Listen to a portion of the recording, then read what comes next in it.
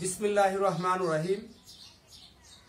সম্মানিত দর্শক ও শ্রোতাবিন্দু, আমার হোমিওপ্যাথিক কলেজের ছাত্রছাত্রী ভাই বোনেরা, আমার তরুণ ডাক্তার ভাইয়েরা, সবার প্রতি শ্রেণীর মতো সালাম ও আন্তরিক ভালোবাসা দিয়ে শুরু করতে যাচ্ছে আমার সংক্ষিপ্ত আলোচনা।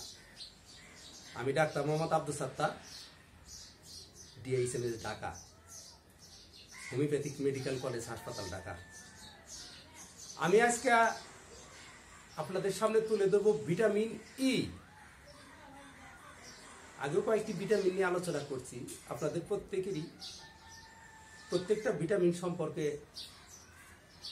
জানা দরকার, সেই জন্য আমি প্রত্যেকটি ভিটামিন নিয়ে আলোচনা করতেছি। আমার আজকের আলোচনায় থাকবে ভিটামিন ই।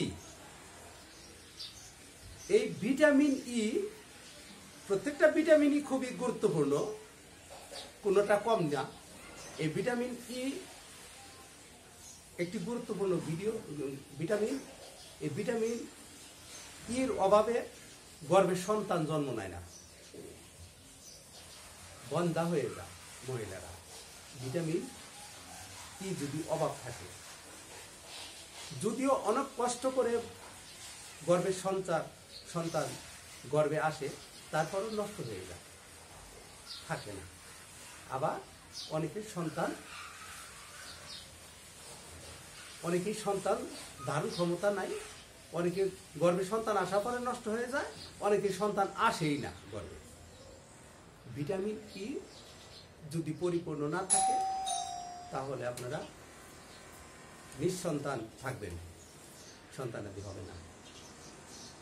তাই এই ভিটামিন ই একটি গুরুত্বপূর্ণ ভিটামিন।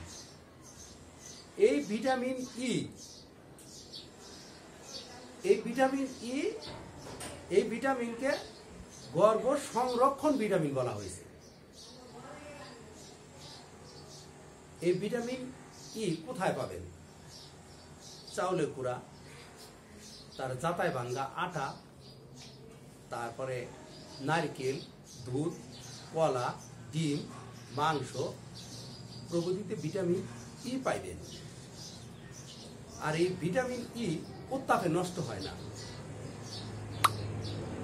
এখন এই যে লাল আটা, লাল গমের যে আটা, লাল গম যদি জাতায় ভাঙ্গা আটা যদি হয়, আর ছাঁকনিতে যদি না থাকেন, তাহলে ভিটামিন ই পরিপূর্ণ অবস্থায় পাবেন। আর ভিটামিন ই আটা যদি আপনারা ছাঁকনিতে থাকেন, তাহলে ভিটামিন ই আপনারা পাবেন না পরিপূর্ণভাবে।